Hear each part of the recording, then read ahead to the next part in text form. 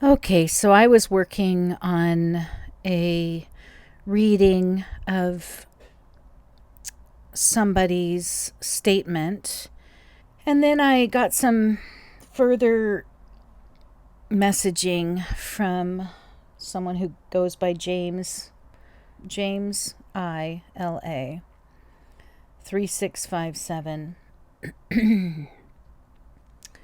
So I'm just going to call you James. So firstly, James wrote, "So wait, you never listened." This is on my reflective writing, unhappy with my speaking / silencing sisters video that I posted yesterday. And James wrote, "So wait, you never listened to the message about the very touchy portion in 1 Corinthians 14 and you go on to criticize it.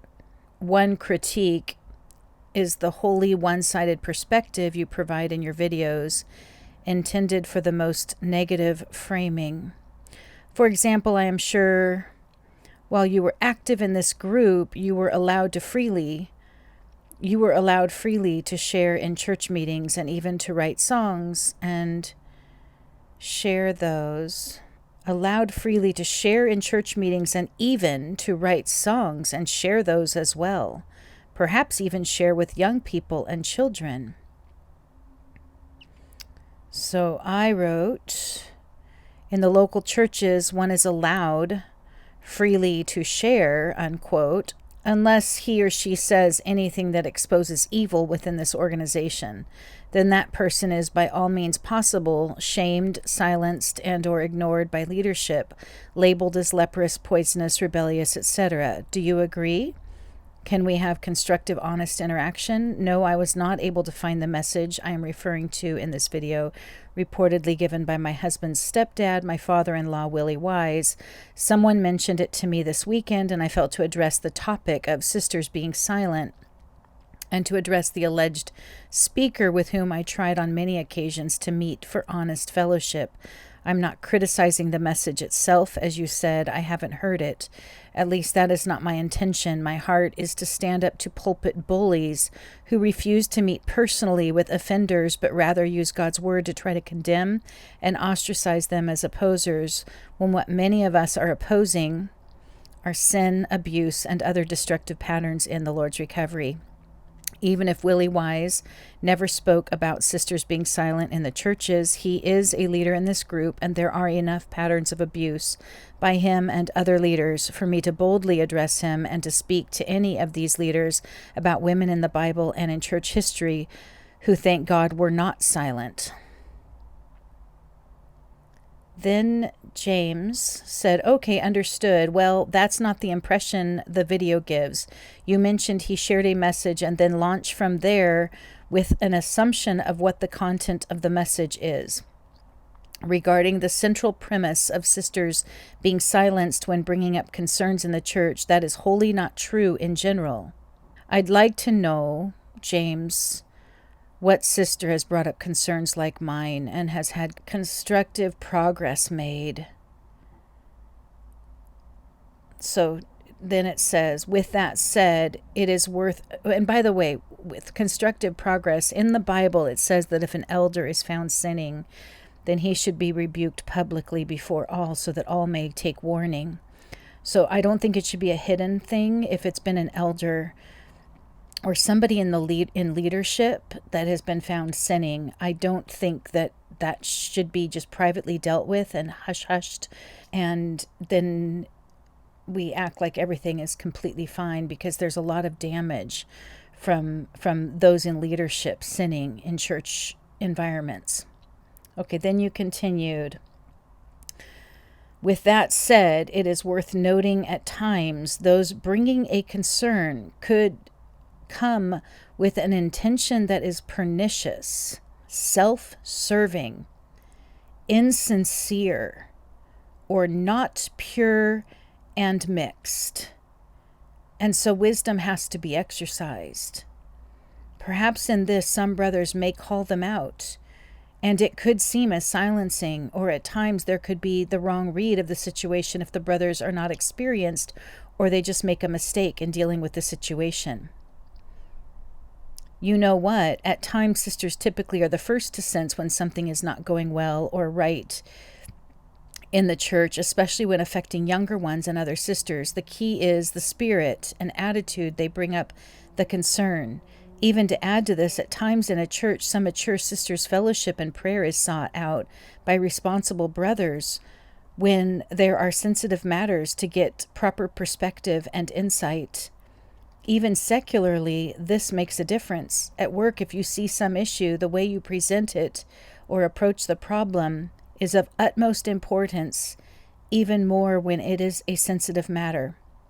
I recommend bringing this up with a mature brother or sister that you trust, perhaps in your new congregation, for an objective reference, not the folks on here in the comments, to be your confirmation. So I'm just going to call you James. James, do you understand that issues I'm addressing, John Ingalls, John So, Joseph Fung, Bill Mallon, Don Hardy's wife, Don Hardy, Steve Isett, they have all gone directly to leadership. In Don Hardy's wife's case, she was raped, and she went directly to the father of the rapist, and that is Witness Lee, who told her not even to tell her husband about it, and her husband did not learn about it for, I think, 8 years. 8 years. And they were just suddenly moved from Southern California to the Bay Area. Okay, this is a pattern. And this is not my speaking out in a pernicious way. You said that some may come with an intention that is pernicious. Pernicious means having a harmful effect, especially in a gradual or subtle way. The only thing that will be affected harmfully is a reputation of an organization that has a history of decades and decades of sexual assault, abuse, lying, covering up, control, criticism of other believers. As far as being subtle, I don't think I'm being subtle. As far as being gradual, I don't know that I've been gradual. So pernicious, having a harmful effect, especially in a gradual or subtle way. Okay, I don't know how you would get that from my speaking other than images, reputations may be harmed, but that's not what I'm out to preserve. Okay. Then you said self-serving. Do you understand? I don't know if you know this, but I have lost more and more support in every way because of my speaking out. People who would be super dear and close to me will no longer contact me because of my speaking out. I have lost more financial support from my husband. I don't understand what you believe is self-serving about any of our speaking out. I mean, many brothers have completely lost all the fellowship with all those close to them pretty much for speaking out. Some have been labeled very evilly in books, even Fermentation of the Present Rebellion, labeled as being rebellious, about being poisonous, being just all kinds of things, liars, conspirators. I don't know what's self-serving about that. I know one of the brothers ended up living in a shelter through his speaking out and losing basically most of his community and all that. An unsafe shelter where someone was stabbed where he was staying. Self-serving? How are you doing? Probably really well, practically and financially. Anyway, this is not with self-serving interest, James. Insincere. I don't know how to be more sincere than I'm being. And not pure and mixed. Okay, now we're getting into that territory of you judging hearts. The Lord knows our hearts. I don't know how to process that. Hi. I'm just going to finish this. I don't know how to process that my heart may be impure and mixed. And so wisdom has to be exercised.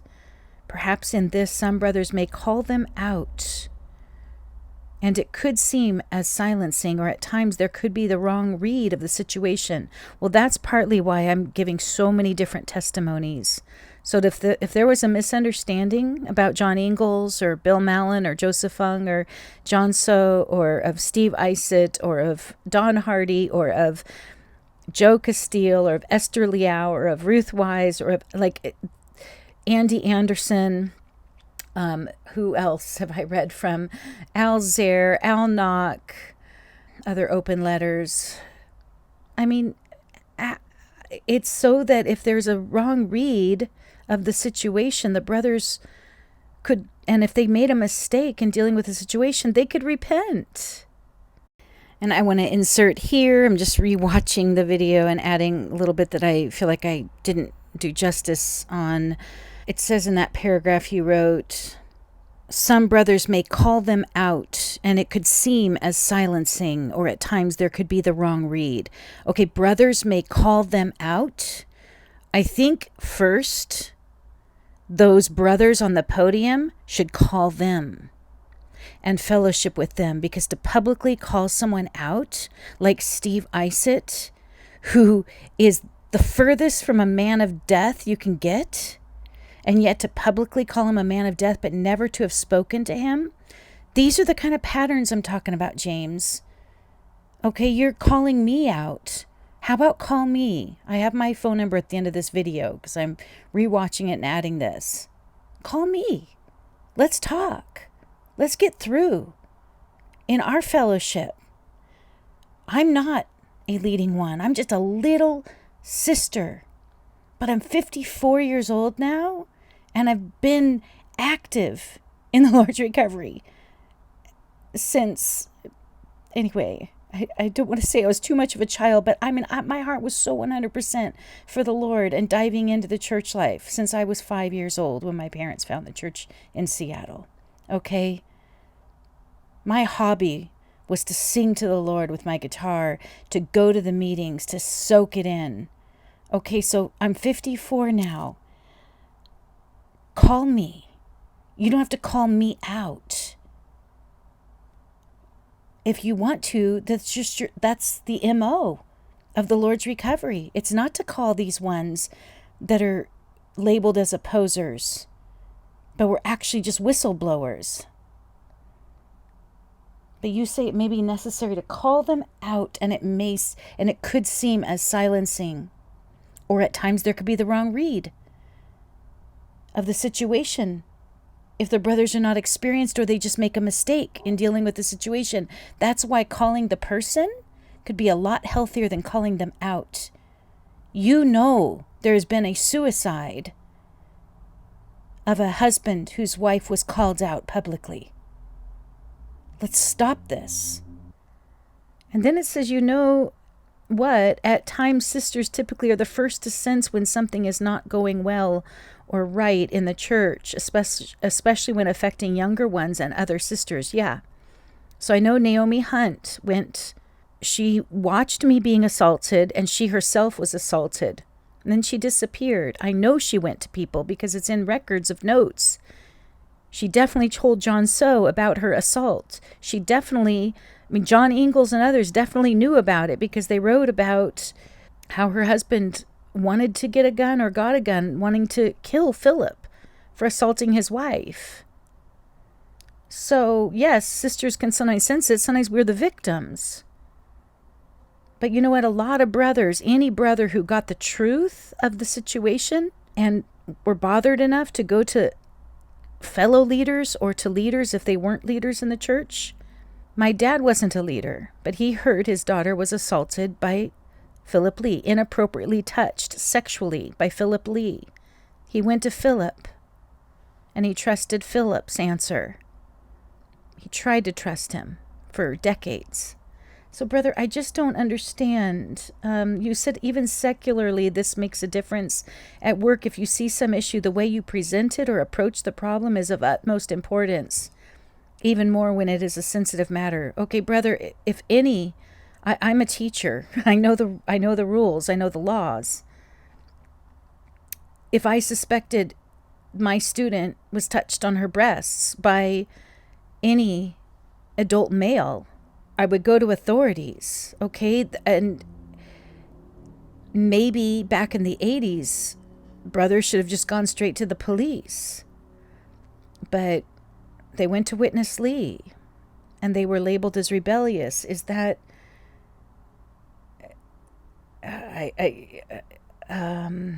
and people are still trying to correct that. It's a very sensitive matter.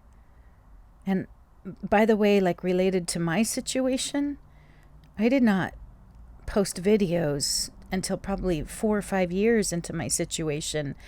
And it's mainly because I found a couple videos online that were so helpful to me of sisters' testimonies. I think Maritza was one of them, who goes by Ritz. Her testimony was so helpful that I thought, you know what? It's so helpful to hear a sister speaking something that I can relate to. Maybe I'll do the same. And it just has continued. But I had gone firstly to just family members related to my situation, and it only got worse and worse and worse and worse.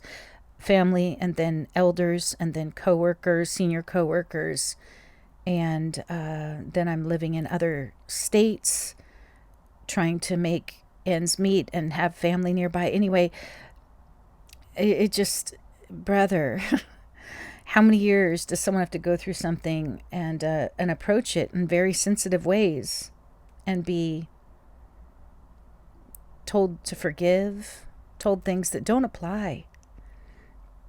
Okay, I recommend bringing this up with a mature brother or sister that you trust, perhaps in your new congregation, for an objective reference. I have talked to Pastor Mark at Venice Church. Okay.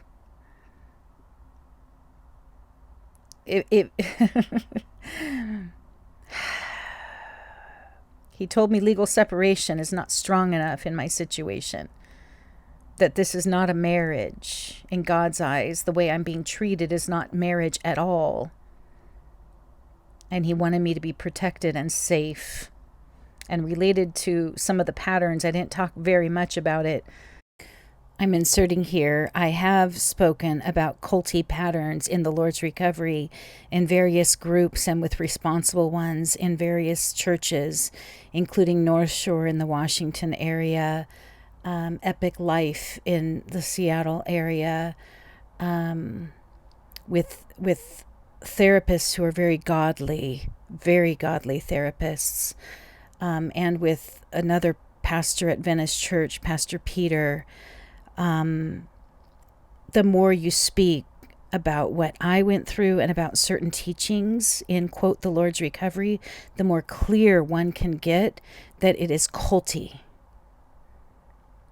I just took a walk with 3 other ladies from Venice Church tonight in Venice Beach area. If I were to read your messages to those sisters, it would have totally brought down our enjoyable time together. And it is crazy. So culty.